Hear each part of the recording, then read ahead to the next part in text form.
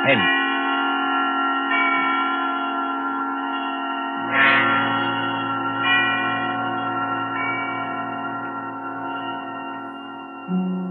This is the Man in Black, here again to introduce Columbia's program, Suspense. Our stars this evening are three.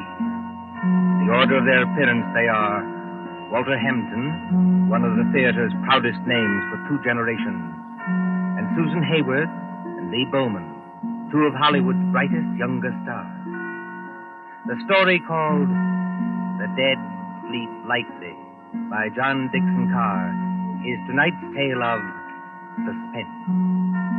If you've been with us on these Tuesday nights, you will know that suspense is compounded of mystery and suspicion and dangerous adventure. In this series are tales calculated to intrigue you, to stir your nerves, to offer you a precarious situation, and then withhold the solution until the last possible moment. And so, with The Dead Sleep Lightly, and with the performances of Walter Hampden, Susan Hayward, and Lee Bowman, we again hope to keep you in suspense. Ashes to ashes, and dust to dust. Meadowvale Cemetery, not far from New York. Meadowvale Cemetery, on a dim gray morning in early April, when rain forms a mist across leafless trees and white gravestones. You see, over there, the group of silk-hatted gentlemen, each with his protecting umbrella, gathered around an open grave. You see the clay soil freshly dug. You can hear perhaps the creaking of supports as the coffin is lowered into its everlasting house, and the droning voice of the clergyman. I am the resurrection and the life, saith the Lord.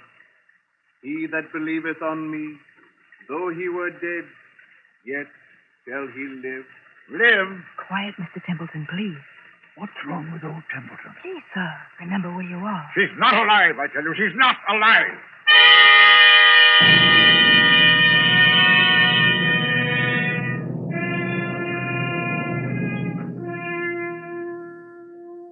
It might seem a long distance, that, from the Cosmopolites Club in Gramercy Park on the following evening, when that same well-fed man, as hard and unemotional as the diamond pin in his tie, hurries up the steps into the club and... Porter. Yes, Mr. Templeton? Tell me, Mr. Wilmot in the club, do you know? Yes, sir. Don't you see him? See him? Where? In the lounge over there, sir. Sitting by the fire. Yes, of course. I'm a little upset. You're a good fellow, Henry. I won't forget you. Thank you, sir. Excuse me, sir, but aren't you going to take off your hat and overcoat? Never mind my hat and coat. Just tell me one other thing. When I came into the club, was there anybody following me? Following you, Mr. Templeton? Yes, a woman. A woman with a long skirt and a heavy black veil. There aren't many women who wear that kind of dress nowadays, sir. Look out into the street. Do you see anybody? No, sir. There's just, What's that? Oh, that's only the old street musician, sir. He doesn't mean any harm. I won't have that tune played, you hear? I'm used to getting my orders obeyed, and I'm going to have this one obeyed. Here's some money. Go out and tell him to go away. Yes, sir, if you insist, but... Do as you're told and don't ask questions. If anybody wants me, I shall be with Mr. Wilmot. Very good, sir.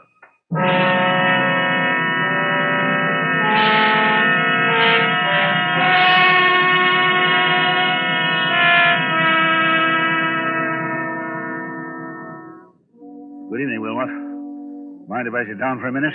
Oh, not at all. Pull up a chair. Have some coffee? No, thanks. I'll get down to brass tacks right away. Yes, you always do. I've noticed that. Well, I'm a pretty self-sufficient kind of a fellow, Wilmot. I made a name for myself, even if I do say it myself. But, well, the fact is, I need advice. A successful publisher asking advice from one of his own authors. That's something new, isn't it? Now, look here, Wilmot, I'm serious. All right. I take it back. What's on your mind? Well, you've studied what we'll call the supernatural, haven't you? I've lectured and written books about it, yes. And did you ever meet a ghost? No, I can't say I ever did. Have you? It might only be my own imagination. Yes, that's what scares me. You get on in years, and your arteries harden, and you don't take enough exercise, and you think something ought to be done about your waistline, but you never bother. You see, Wilmot, I went to a funeral yesterday. You did? Whose funeral was it? The person who died has nothing to do with this. It was old Simpson of Harley and Sons. We thought it was only decent to make up a party and go to the funeral. And I took my secretary along, a girl named Molly Carroll. I'm leaving for Washington tomorrow.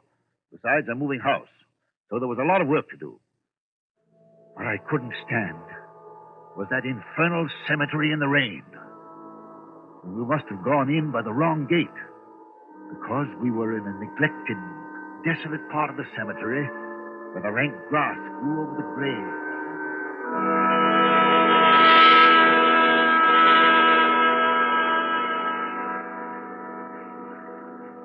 You'll oblige me, Miss Carroll, if you first find out the proper directions of our places. We've come in the wrong gate to the cemetery. Well, I'm sorry, Mr. Templeton. I thought What you thought doesn't matter now. This is the wrong part of the cemetery. My shoes are absolutely ruined with wet clay. Well, it isn't doing my own shoes and stockings any good either, Mr. Templeton. If there's been any damage to them, Miss Carroll, I'll replace them. You never found me ungenerous, now have you? Well, not exactly ungenerous, no. I'll pay you the compliment, Miss Carroll, saying that you're the best secretary I ever had. Thank you. Yet you want to leave me. Yes, I want to get married. That's what Mr. Barnes was telling me. And who is this paragon of yours? What does he do? Does he make any money? Well, Frank's a radio technician. He's not very wealthy, I'll admit. Wealthy? A radio technician? I'll bet he doesn't make as much as I pay you.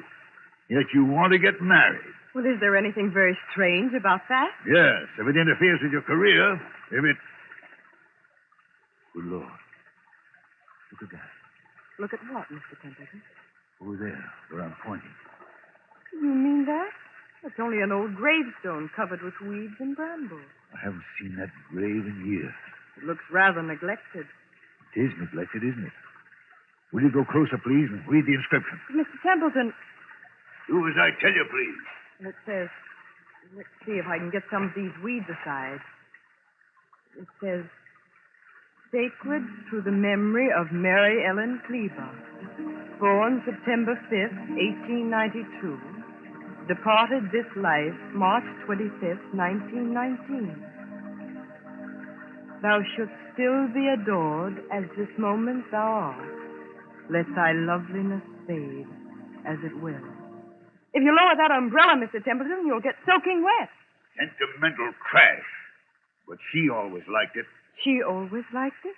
Mary Ellen Cleaver. Did you know her? Very well indeed. She was my wife. Your wife? But I never knew you were married. Neither does anybody else. Where's my flask of brandy? What have I done with it? It's in your hip pocket, Mr. Templeton, but do you think that's very wise? You've already had more than enough. Whatever I do is wise, Miss Carroll. Well, we were married very young. She was a nice little thing. I was fond of her, yes. But she couldn't have helped me. I'm not a snob, but she wasn't in my class. No style, you know, no manners, no education. Indeed. Could I have introduced her to the friends I was making? No. Wouldn't have been kind to her.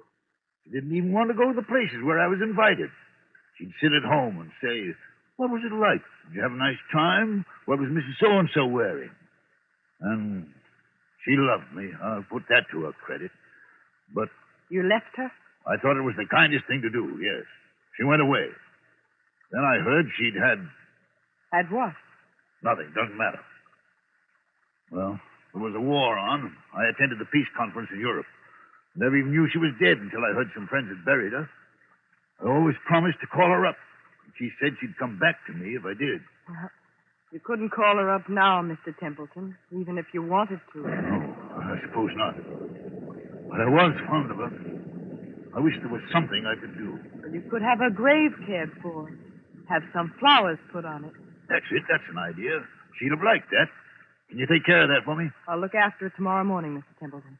But how will they ever be able to locate the grave? There must be thousands in this cemetery. Oh, each grave has a number, you know, cut into the stone so you can identify it. This is number 1212. 1212. Sounds like a telephone number, doesn't it? Yes, doesn't it? Meadowvale 1212. Poor girl. I was fond of her. Please, Mr. Templeton, come along and please, no more brandy. You've got a funeral to attend. And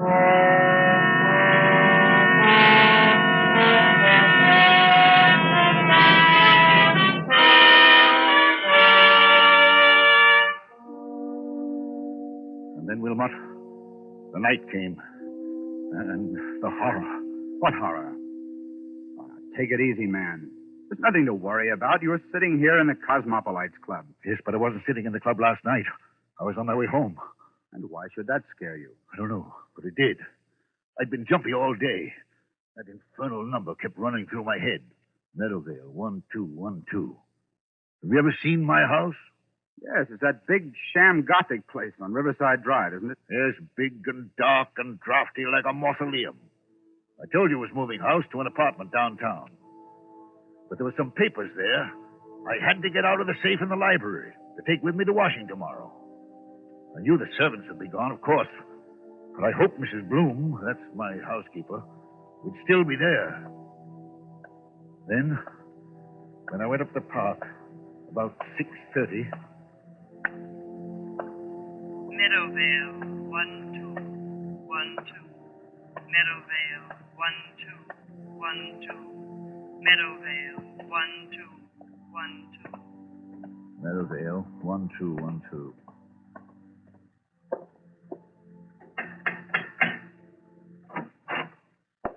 Mr. Templeton, this is a surprise. Sorry to trouble you, Mrs. Bloom. I seem to have mislaid my key. The other could have sworn I had it on the key ring this morning. It's no trouble, Mr. Templeton. Only, I hope you're not planning to spend the night here. No, I'm going to a hotel. Why do you ask?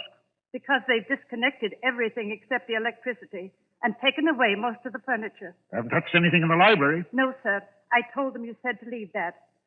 But it does seem a pity in a way. What seems a pity? To break up a lovely home like this after all these years. Home? This big, ugly picture gallery? It's been a home to me, sir. Well, I've treated you generously, haven't I? Yes, sir. I'm sorry. I've got several hours' work to do, Mrs. Bloom. A whole safe full of papers to sort over. I'm going to the library and... What's that you're hiding behind your back? I'm not hiding anything, sir. All the same, what is it? It's only a music box, sir. I found it in the attic when the moving men were here. If I hadn't known there were, well, no ladies in your life, I'd have said it belonged to one of them. I love to hear them, sir. May I? Mrs. Bloom. Yes, sir. If you don't want me to smash that music box, turn it off. Yes, sir, I'm sure I never... I'm going to the library. If you can find any sandwiches and coffee, bring them. Yes, sir. Excuse me.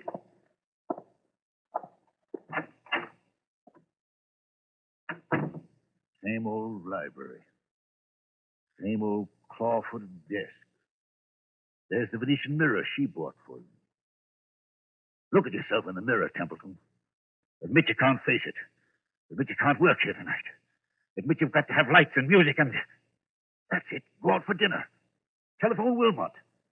If they've let the phone... Oh, yes. Good. Here it is. Hello. Yes, sir. Number, please. Number, please. I want, Meadowvale 1212. Meadowvale 1212. Wait, what the devil's name am I saying? Change that, I want... Hello, my darling. I knew you'd call me when you needed me. Who's that speaking? Who are you? It's Mary Ellen, dear. Don't you recognize my voice? You're not Mary Ellen. This is a trick. Mary Ellen is dead. Yes, dear.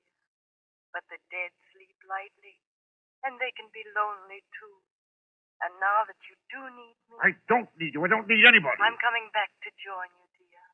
It's not easy, but I'll be there by the time the clock strikes 7. I'll wear a veil because I don't look very pretty. I won't have this. I won't listen to you. I won't. Goodbye, my dear. Remember, when the clock strikes 7... Mrs. Bloom. Mr. Templeton, what on earth is the matter? Who's been playing tricks on me? Tricks, sir. I don't understand. Who spoke to me on this phone? But, sir, nobody could have spoken to you on that phone. Nobody could have. What are you talking about? That phone's disconnected, sir. Disconnected? Yes, sir. The man came here this afternoon and took that little metal box off the wall and rolled all the wires up and put everything on the desk there. Said he'd be back tomorrow to take it away. Mrs. Bloom, that's impossible. Look for yourself, sir. You're standing in the middle of the room holding that phone and the wires don't lead anywhere. That's true. So you couldn't very well have talked to anybody on the phone that wasn't connected? Now, could you? I tell you, I got the operator. I heard it ring. I talked to someone else. Oh? And what did that person say? She said she'd be here to visit me when...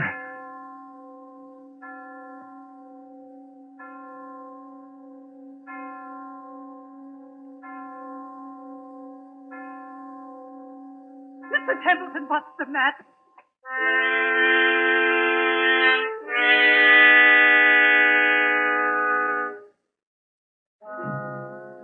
And so, Wilmot, that's what happened last night. The phone was disconnected. It was Mary Ellen's voice. There's no doubt about that. Am I out of my mind or what? Before I say anything about that, my friend. Well? Let's hear the end of your story. What did happen when the clock struck 7? I don't know. You don't know? No, I lost my head. Ran out of that house as though the devil were after me. Maybe he was. And since then? I spent the night at the hotel. Today, I've walked past that house 50 times, 100 times, trying to muster up enough nerve to go in. I couldn't do it, but I've got to go in there. Why? It's those papers I've got to take to Washington.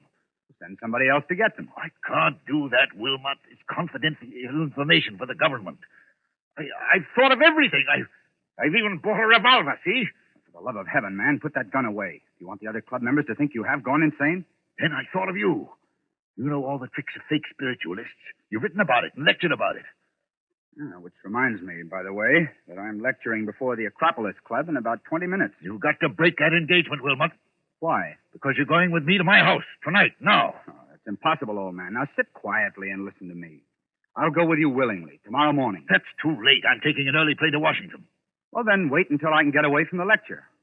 Say, around midnight. I'll tell you what I'll do. I'll take a taxi and join you as soon as I can. That won't do. I've got to know the answer now. You understand? Aren't you being a little unreasonable about this? Unreasonable or not, I usually get my own way, and I mean to have it now. Well, then I'm afraid you'll have to go to the house alone. Besides... You know, Wilmot, you worry me. You sit there puffing at that pipe and looking at me out of those queer eyes of yours like a young Satan. I've often wondered what you were really thinking about. Since you flatter my intelligence so much, I was wondering whether you'd been quite frank with me. Frank with you how? About your late wife, Mary Ellen Kleber. What about her? Well, after she left you, something happened that, you don't like to talk about. Was there, by any chance, a child, a son, for instance, or... Did you say a son? Yes. I don't know what you're talking about. Well, then let's agree not to understand each other, shall we? Now, are you coming with me or aren't you? I tell you, man, I'll get there as soon as I can. All I can think about is the wet red clay in that cemetery, and the dismal grave in the rain, and what her face might look like if she raised the veil, and what am I going to see in that house?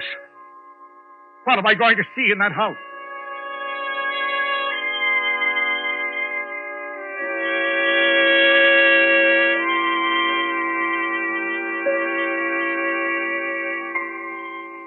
So the clocks chime, the hours dwindle, and the traffic roar of the city sinks to a low growl behind twinkling lights. It is midnight, when a taxi moves along a certain street towards a certain house out of a bygone age. Lightless, black against the stars, surrounded by iron railings and with a path bordered by fir trees leading to the front door. Look, too, at the face of Mr. Patrick Wilmot when that taxi draws near. All right, driver. This is the place. I'll be in wait for you, sir. No, you needn't wait. Keep the change. Thank you, sir. Good night.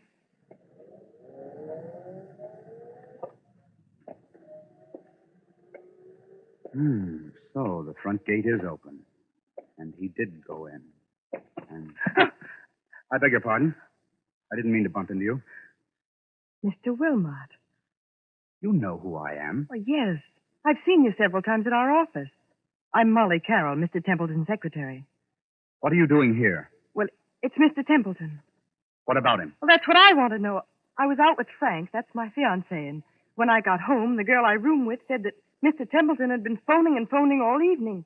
She said he sounded drunk or something. He wanted somebody to go with him to this house. Evidently, I wasn't the only person he applied to. Shall we go in?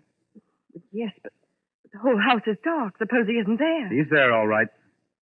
You don't know men like Bert Templeton. But I'll push the gate wider. Now, straight up the walk to the front door. I've got a flashlight. What are we going to find? Something rather unpleasant, I'd better warn you. How do you know? I have my ways of knowing, Miss Carroll. Oh, look. What is it? That French window to the left of the front door. Yes. It's partly open. Well, there's nothing in that, necessarily. Templeton said he'd lost his key. He might have had to open a window. Oh, that's true, but... So you see it, too, do you? See what? There's a footprint across the sill of that French window. A footprint made in wet clay. It's like the clay of the cemetery. So I should imagine. Will you go in first, or shall I? Into that dark room, I will not. Well, then stay here, please, until I get some lights on. No, wait. I'll go. Let me take your arm. All right, be careful now. Yes, I thought so. This room is the library. And there are more footprints of somebody or something walking in. They lead... Who's there? Who's there?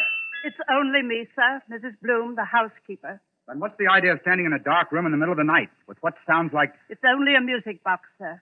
I left it behind along with some other things and came back to get them. I've got my own key. I thought I heard a noise in here. But why aren't there any lights? The electricity's cut off, sir. It was cut off today. I see. If Templeton is here, or was here, he must have had some kind of light. If I turn this flashlight on the desk, maybe... Be quiet, Miss Carroll. What is it, sir? I'm as blind as a bat without my glasses. It's Mr. Templeton. He's lying on the floor beside the desk. Oh, he isn't... No, he isn't dead. His face is the color of putty. I think he's had some kind of stroke. We'd better not take any chances. Mrs. Bloom? Yes, sir. Get outside to the nearest telephone and call for an ambulance. Tell him it's an emergency case. You're Mr. Wilmot, aren't you? But what's happened to him? Ask a dead woman. I beg your pardon. Never mind. Hurry. Of course I'll hurry, Mr. Wilmot. What are we going to do? Now, let's have a look around. Templeton seems to have been working at his papers by the light of a couple of candles, which somebody's blown out. We'll relight them. There's the desk. There's all the papers scattered round Mr. him. Wilmot, please. What happened to him? I'll tell you. As he sat there in the dim light of two candles, a ghostly figure appeared at that French window. It wore a long, old-fashioned skirt and a heavy black veil to hide the face. It walked toward Templeton, tracking graveyard clay. It stretched its arms to him like this. Keep away from me, please. Templeton couldn't stand it. He collapsed. And now, before the old housekeeper returns, would you care to hear how the whole trick was worked? Trick? What trick? Have you heard about the ghost voice that talked on a disconnected telephone? Oh, yes. Yes, he said something about it this morning, but I thought he wasn't himself. He wasn't, but he heard it. Remember Mrs. Bloom's story about the telephone man? Yes. They don't send a man round to yank the whole apparatus off the wall, put it on the desk, and say he'll be back for it next day. This man from the telephone company was an imposter. The man from the telephone company was an imposter? Exactly. Oh, look, he's moving his hand. He's trying to open his eyes. Isn't there anything we can do for him? No, there's nothing we can do till the doctor arrives. In the meantime, listen to me. All right. What did this imposter do? He took away the real phone and substituted a spirit telephone. You don't know what a spirit telephone is? No, of course not. It's an old device used by fake mediums. You see a telephone without wires standing on a desk, like that one. You pick up the receiver and talk to the dead. Of course, you never really talk into the phone at all. But if you don't talk into the phone, then... Fixed underneath the desk is a tiny microphone with hidden wires leading to another room in the same house. That microphone picks up every word you think you're saying to the phone. Is that clear? I think so. Now, the dummy telephone is really a low-power radio receiving set. Somebody in another room can talk back to you after hearing what you say on the wired microphone. Then, Mr. Templeton... If Templeton hadn't rung Meadowvale 1212, then rest assured that same number would have rung him. Well, then the scheme couldn't fail either way. But, you see, there's one thing in this matter I haven't got quite clear even yet. And what's that? Tell me, Miss Carroll, just why did you work this whole trick? Why did you try to scare your father to death? My father? Templeton is your father, isn't he? That might be rather difficult to prove, Mr. Wilmot. By George, I admire you. Thanks very much. I'm flattered. Expressionless as ever. Eyes as hard and cold and blue and handsome as... Well, make your own comparisons. But I knew you were guilty, of course, when I heard your fiancé was a radio technician. You can leave Frank out of this. Oh, you have scruples. Have I touched you? Nothing can touch me. Not since my mother died. Your fiancé installed the ghost mechanism and took it away today. He probably thought it was only a joke. He did. I swear he did. And the rest of it was plain enough. Who led Templeton to the wrong gate in the cemetery, past that woman's grave? You did. Who was the only one who could have stolen the key to this house off that key ring he took to the office? You were. You needed that key to come and go as you liked and impersonate the two voices on the phone. Is there any need to go on with this? He killed her, you know. You mean Templeton killed your mother? Oh, not with a knife or a bullet or poison. All he did was break her heart. And that's no offense in law. Steady now. Well, I've done what I wanted to do. I've torn his whole rotten life to pieces. And there he is, gasping for breath on the floor. And I'm glad. Oh, God, forgive me. He is my father. Does he know you're his daughter? No, of course not. When I went to work for him as a secretary, he hadn't even seen me since I was a child. But I got near him. I worked for years to get near him. No, I wish I hadn't. No, look here, you've got to pull yourself together. Why? Who cares? That's the ambulance coming and maybe the police. What do I care? Tell the police what you like. My dear girl, you don't think I'll tell them anything. I'm merely an onlooker. An amateur Satan who doesn't believe in ghost voices. Mary Ellen. What's that? Templeton, his eyes are open. He's trying to get up. Mary Ellen. It's as though he could see something that we can't What's see. that he's got in his hand? It's a revolver. He had one at the club. He's putting it against his chest. I'll stop him. Look out! Look out! Oh, he did love her after all. And now he's tried to join her. Oh, don't let him die. He's all right, Molly. You grabbed the gun just in time. If he doesn't die, I'll make it up to him. I swear I'll make it up to him. I tell you now, he's not going to die. But... Mary Ellen. What? Mary Ellen. But what? But what? Mary Ellen. I was just wondering. Is there a ghost in this room tonight?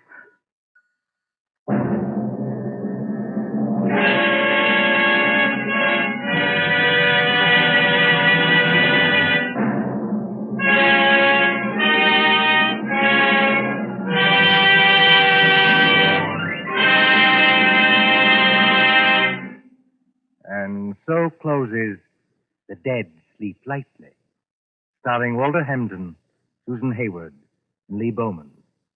Tonight's tale of Suspense. This is your narrator, the man in black, who conveys to you Columbia's invitation to spend this half hour in suspense with us again next Tuesday. Miss Hayward appeared through the courtesy of Paramount Pictures, and Mr. Bowman appeared through the courtesy of Metro-Goldwyn-Mayer Studios. William Spear, the producer, John Dietz, the director, Bernard Herrmann, the composer-conductor, and John Dixon Carr, the author, collaborated on tonight's Suspense.